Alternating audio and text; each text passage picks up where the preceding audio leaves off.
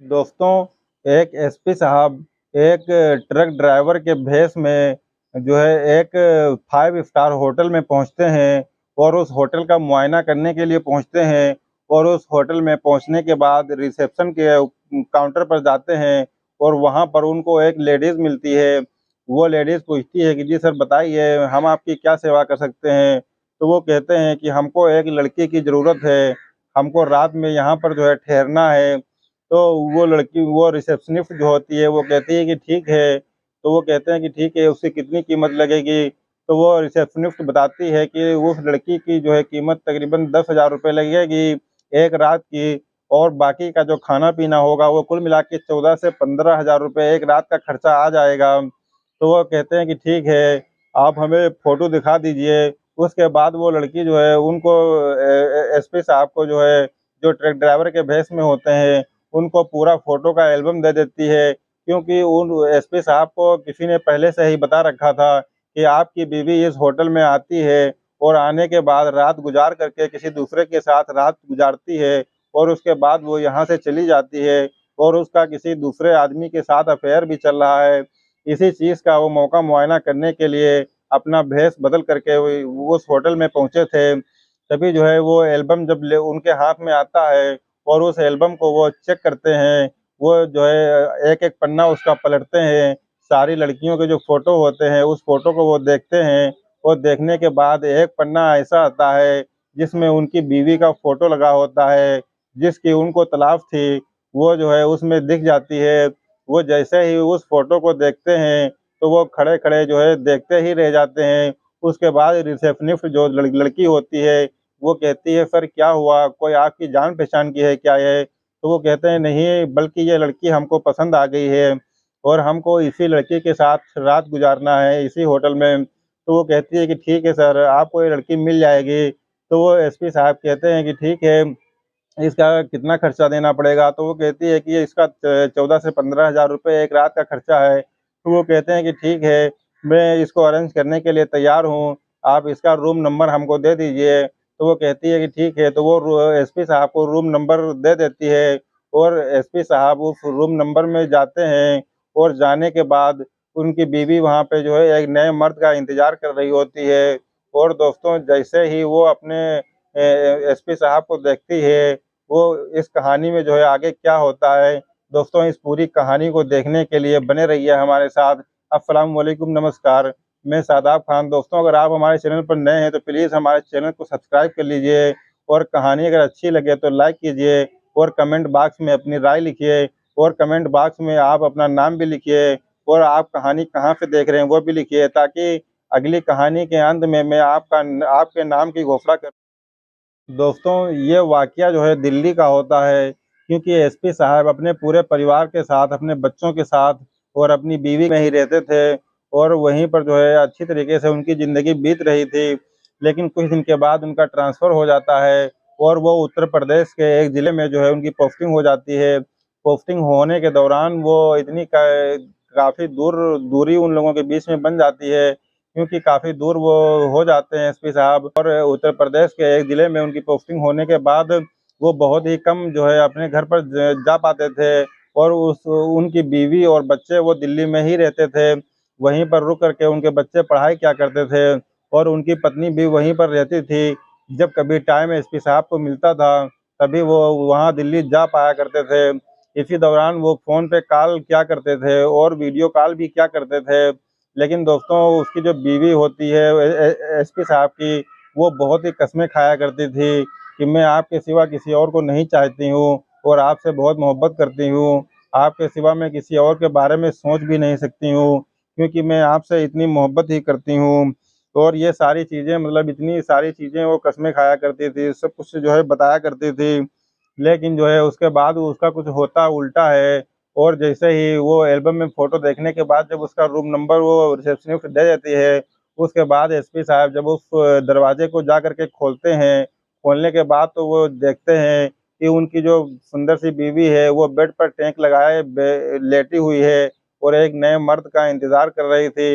लेकिन जैसे ही वो अपने पति को यानी को एसपी साहब को जो भेष बदल करके पहुँचे थे, उनको जैसे ही देखती है तो वो भौचक्की रह जाती है और उसके मुँह से कोई आवाज़ नहीं निकलती है।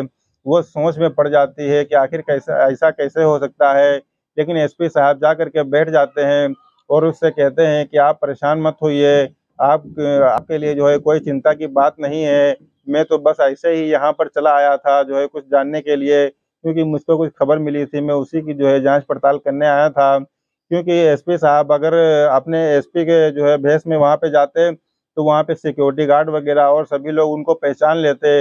इसीलिए उन्होंने जो है सिक्योरिटी गार्ड को न ना ले जाकर के, बल्कि अपना भेष बदल करके ट्रक ड्राइवर के रूप में वहाँ पे जाके पहुँचते हैं और अपनी बीवी से कहते हैं कि आप परेशान बिल्कुल मत होइए और आप जो इतनी सारी बातें बताया करती थीं, हमारे सामने जो कस्में खाया करती थीं कि आपके सिवा हम किसी और को नहीं चाहते हैं और आप ही हमारे लिए सब कुछ हैं, ये सारी की सारी बातें तो झूठी हैं। अब आगे क्या होगा वो तो हम खुद अभी बता रहे हैं। दोस्तों दोस्तों एसपी साहब उससे कहते हैं कि क्या बात है? क्या मैं आपको पसंद नहीं हूँ क्या? तो उसके मुँह से जो है कोई शब्द नहीं निकलता है, क्योंकि उसको तो पता ही था कि अब हम रंगे हाथों पकड़े गए हैं, तो अब हम एसपी साहब को जो है क्या जवाब दे सकते हैं। उसके बाद जो है एसपी साहब जो होते हैं उनको इस बात की भी जानकारी हो जाती है कि हमारी बीवी का किसी दूसरे के साथ अफ़ेयर चल रहा है और उसका फ़ोटो और फ़ोन नंबर भी उनको मिल जाता है। तो वो अपनी बीवी से जो है उसको फ़ोन करके वो बुलवाते हैं और उसके बाद उसको वो डाँटते-फटकारते बिल्कुल नहीं है और कहते हैं कि ठीक है, हम तुम्हारी खुशी के लिए जो है सब कुछ करेंगे और हमें इन सारी चीज़ों का जो है पता लग चुका है और आप चिंता जो है बिल्कुल भी मत करो। मुझे आपको जो है कुछ नहीं कहना है और आपसे मैं कह भी क्या सकता हूँ। दोस्तों उसके बाद एसपी साहब जो है उसको लेकर के अपनी बीवी को लेकर के अपने घर पर चले जाते हैं और घर पर जाने के बाद उससे पूछते हैं कि तुम रंगे हाथों पकड़ी गई थी। उससे भी जो है एसपी साहब पूछते हैं कि आखिर आपने ये जो है ये कदम क्यों उठाया था? तो वो जो है उसके ज़ुबान पर जो है कोई शब्द नहीं होता है, क्योंकि वो तो पहले से ही पता था कि हम रंगे हाथों पकड़े गए हैं, तो हम इसके बारे में जो है क्या जवाब दें? लेकिन एसपी साहब जो है उस लड़के के पास अपनी बीवी के ज़रिए ही, अपनी बीवी के मोबाइल के फ़ोन से ही उसके पास फ़ोन करवाते हैं और अपनी पत्नी से कहते हैं कि उससे कहो कि मैं घर पर अकेली हूँ और मुझसे वो अभी मिलने के लिए आए। तो वो जो है पत्नी इतनी ज़्यादा डर जाती है एसपी साहब से और वो अपने जो है लवर से जिससे वो प्यार करती थी उससे वो फ़ोन करती है और कहती है कि मैं आपसे बहुत ज़्यादा प्यार करती हूँ और मैं इस वक़्त घर पर अकेली हूँ, प्लीज़ आप जो है घर पर आ जाइए और मुझे अकेले बिल्कुल भी अच्छा नहीं लग रहा है। मुझे आपको देखने का मन कर रहा है और मैं घर पर अकेली हूँ, प्लीज़ जल्दी आ जाइए। तो वो कहता है कि ठीक है, मैं आ तो जाऊँगा लेकिन मैं थोड़ा दूर हूँ, इस टाइम गाज़ियाबाद में हूँ, तो उसके बाद मैं जो है थोड़ी देर टाइम में आ जाऊँगा। लेकिन वो जो है बहुत ही ज़्यादा रिक्वेस्ट करती है और पूछती है कि तकरीबन आपको कितना टाइम लग जाएगा? तो वो कहता है कि तकरीबन 2 से 3 घंटे लग जाएँगे। तो वो कहती है कि ठीक है, लेकिन आप जल्दी आ जाइएगा क्योंकि मेरा मन आपके बगैर बिल्कुल भी नहीं लगता है। ये सारी बातें क्योंकि एसपी साहब उससे कहलवा रहे थे, तो वो उनके डर के सामने जो है वो सारी बातें उससे कह देती है और कहने के बाद दोस्तों वो फ़ोन रख देती है। फ़ोन रखने के बाद तकरीबन जो है 2 से 3 घंटे के बाद वो वहाँ पर जो है प एक गाड़ी बुक करके वहाँ पर पहुँच जाता है। पहुँचने के बाद दोस्तों वो जैसे ही गे गे डोरबेल बजाता है, डोरबेल बजाने के बाद वो जैसे ही गेट खुलता है, गेट खुलने के बाद वो अंदर प्रवेश करता है और बहुत ही ज़्यादा खुश होता है कि आज हमारी जो है लवर ने हमको बुलाया है। तो वो बहुत ही खुशी-खुशी अंदर प्रवेश करता है। प्रवेश करने के बाद वो गेट अब जो है अपने आप बंद हो जाता है। बंद हो जाने के बाद जब वो अंदर के दरवाज़ा जब खोलता है और खोलने के बाद जब वो घर के अंदर एंट्री करता है, तो वो देखता है कि जो जिससे वो प्यार करता है, उसके साथ में जो है एसपी साहब भी हैं। तो वो जो है बहुत ही ज़्यादा भौचक्का रह जाता है, बहुत ही ज़्यादा वो डर जाता है। लेकिन एसपी साहब कहते हैं कि आप बिल्कुल भी परेशान मत होइए और आप यहाँ पे आइए, आकर के जो है इधर बैठ जाइए। एसपी साहब उसको जो है लेकर के जाते हैं और अपने सोफ़े के ऊपर बिठाते हैं। उसको चाय, नाश्ता, पानी कराते हैं। सारी चीज़ कराने के बाद उससे जो है बहुत ही इत्मीनान से पूछते हैं, उससे कहते हैं कि आप डरिए मत, हम आपको यहाँ पे डराने के लिए, धमकाने के लिए या कोई कार्रवाई करने के लिए आपको यहाँ पे नहीं बुलाए हैं, बल्कि हम कुछ और करना चाहते हैं। तो वो जो है कहता है कि ठीक है सर, जैसा आप कहेंगे वैसे आपकी आज्ञा का पालन होगा। तो वो जो है उस आशिक से पूछते हैं कि ये बताओ कि जो है तुमको हमारी बीवी पसंद है क्या? तो वो कहता है कि हाँ, आपकी बीवी हमको पसंद है। तो वो जो है एसपी साहब कहते हैं कि हम अपनी बीवी की खुशी के लिए कुछ भी कर सकते हैं। और उसके बाद दोस्तों जो वो जो है गिड़गिड़ाती रहती है कि नहीं एसपी साहब ऐसा नहीं करना। लेकिन एसपी साहब चूँकि हर एक बात को समझ चुके थे, हर एक सच्चाई को जान चुके थे कि इसका अफ़ेयर चल रहा है और ये होटल में रोज़ाना गैर मर्दों से मिलती है। इसीलिए जो है वो सारी जाँच-पड़ताल में वो रंगे हाथों पकड़ी गई थी। इसीलिए एसपी साहब ने तुरंत जो है अपने वकील को फ़ोन किया और फ़ोन करने के बाद वकील साहब आते हैं। वकील साहब से सारे कागज़ जो है कोर्ट मैरिज के तैयार करवाए जाते हैं और भी लोगों को साथ में बुलाया जाता है गवाह के तौर पर और देखभाल के तौर पर। उसके बाद जो है सारे जो है कागज़ात तैयार करवाने के बाद सारे कागज़ जब तैयार हो जाते हैं तो उन लोगों को जो है कोर्ट मैरिज करवा दी जाती है। कोर्ट मैरिज करवाने के बाद उन दोनों को जो है एसपी साहब खुद हाथों से दोनों के जो है गले में माला डालते हैं और खुशी-खुशी जो है उनको विदा करने लगते हैं और उनसे कहते हैं और अपनी बीवी से जो है वो एक बात कहते हैं कि वाक़ई में जो है मैं तुमसे काफ़ी दूर रहता था और तुमको समय नहीं दे पाता था और तुमको जो है कि किसी और चीज़ की ज़रूरत थी, वो तुम्हारी ज़रूरत पूरी नहीं हो पा रही थी। इसीलिए तुमने जो है एक लड़के को चुना और वो लड़का जो है तुम्हारी हर एक चीज़ को पूरी कर रहा है, तो मुझे इसमें कोई दिक्कत नहीं है क्योंकि मैं तो सिर्फ़ तुम्हारी खुशी चाहता हूँ और तुम्हारी खुशी के लिए ही हमने ये काम किया है क्योंकि तुम मुझको पसंद नहीं करती हो, बल्कि तुम इस लड़के को पसंद करती हो। इसीलिए मैं इस लड़के के साथ तुम्हारी शादी करवा रहा हूँ और तुम ज़िंदगी भर इसके साथ में खुश रहोगी। तो वो चिल्लाती रहती है, गिड़गिड़ाती रहती है कि एसपी साहब प्लीज़ मेरे साथ ऐसा ज़ुल्म मत कीजिए। तो एसपी साहब जो है मुस्कुराते हैं और कहते हैं कि मैं तुम्हारे साथ कोई ज़ुल्म नहीं कर रहा हूँ, बल्कि जो तुम चाहती थी वही हम कर रहे हैं और तुम्हारे साथ हम कोई भी ज़ुल्म नहीं कर रहे हैं। उसके बाद दोस्तों एसपी साहब जो है उसको वहाँ से विदा कर देते हैं और विदा करने के बाद वो दोनों लोग वहाँ से चले जाते हैं।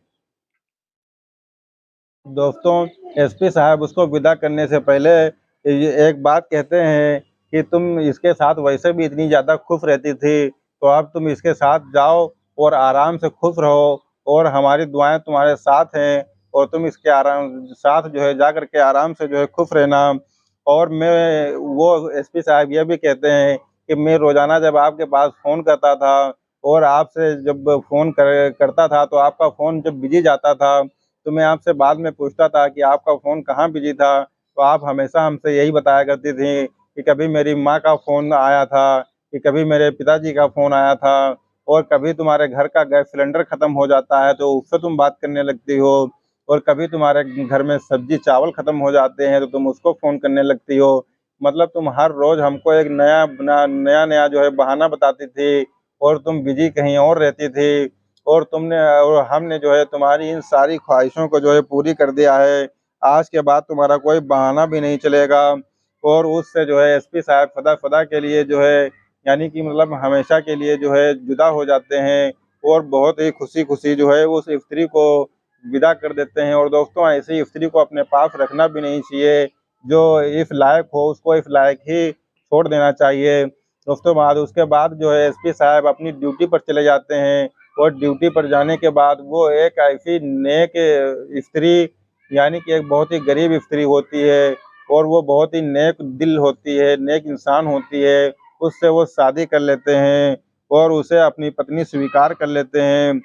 और एसपी साहब जो है पैसे से कोई ताल्लुक नहीं रखते थे, उनका मेन मकसद ऐसा तो ये था क्योंकि उनके पास पैसों की वैसे भी कोई कमी नहीं थी, तो उनका मेन मकसद था कि हमारी बीवी ऐसी हो जो हमसे प्यार करती हो और उनको थोड़ा अपनी गलतियों का भी एहसास था कि हम अपनी बीवी से दूर रहते थे, इसीलिए हमारी पत्नी ने ऐसा कदम उठाया।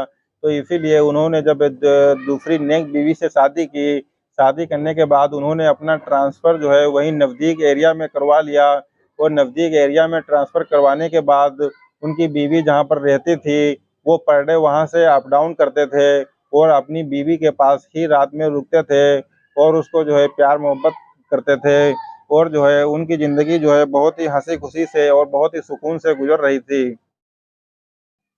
दोस्तों, जो एसपी साहब की नई पत्नी होती है, नई बीवी होती है, वो एसपी साहब का बहुत ही आदर-सम्मान करती थी, उनके पैर दबाती थी, उनका जो है सब कुछ जो है करती थी, उनको बहुत ही ज़्यादा खुश रखती थी और एसपी साहब भी उसको बहुत ही ज़्यादा खुश रखते थे, क्योंकि वो इतनी ज़्यादा नेक बीवी थी कि उनका जो है हर कहना वो मानती थी। दोनों में आपस में बहुत ही ज़्यादा प्यार-मोहब्बत होता है और सुकून से वो लोग जो है ज़िंदगी जी रहे होते हैं। और जो है दोस्तों कहते हैं कि कभी भी किसी भी स्त्री का पैर अगर घर के बाहर निकल गया, तो वो दोबारा जो है घर के अंदर नहीं आता है। जैसे कि एक कहावत कही जाती है कि किसी के दाँत अगर बाहर निकल गए हैं, तो वो अंदर नहीं जाते हैं। इसीलिए जो है ऐसा होता है क्योंकि उनकी जो पहली बीवी थी, उसकी लत लग चुकी थी और वो एक दूसरे लड़के से प्यार-मोहब्बत कर बैठी थी। और उसकी जो रोज़ाना की लत थी होटल में एक नए मर्द से मुलाकात करना और जिस्मानी संबंध बनाना, ये सारी चीज़ें उसकी जो है लत लग चुकी थी और वो लत इतनी आसानी से छूटने वाली नहीं थी। इसीलिए एसपी साहब ने अपने दिमाग का इस्तेमाल करते हुए और अपने धैर्य का इस्तेमाल करते हुए उससे जो है छुटकारा पा लिया और उसको भी उसकी खुशियों के साथ उसको विदा कर दिया। दोस्तों, ये कहानी जो है आज की जो थी वो बहुत ही इंटरेस्टिंग थी और इस कहानी में जो है ब एसपी साहब ने जो कुछ भी किया, वो बहुत ही दिमाग लगा कर के किया और बहुत ही अच्छा काम किया। हर इंसान को जो है ऐसे ही दिमाग लगा कर के जो है सुकून से काम करना चाहिए, अपनी मर्यादा में रह कर के काम करना चाहिए। दोस्तों, मैं एसपी साहब की बहुत ही ज़्यादा तारीफ़ करता हूँ कि उन्होंने ऐसे काम को अंजाम दिया, क्योंकि अगर इस जगह पे किसी दूसरे ने कोई और काम किया होता, ऐसा काम किया होता, तो दोस्तों वो या तो मर्डर किसी अपनी बीवी का कर देता या उसके साथ कोई गलत काम करता।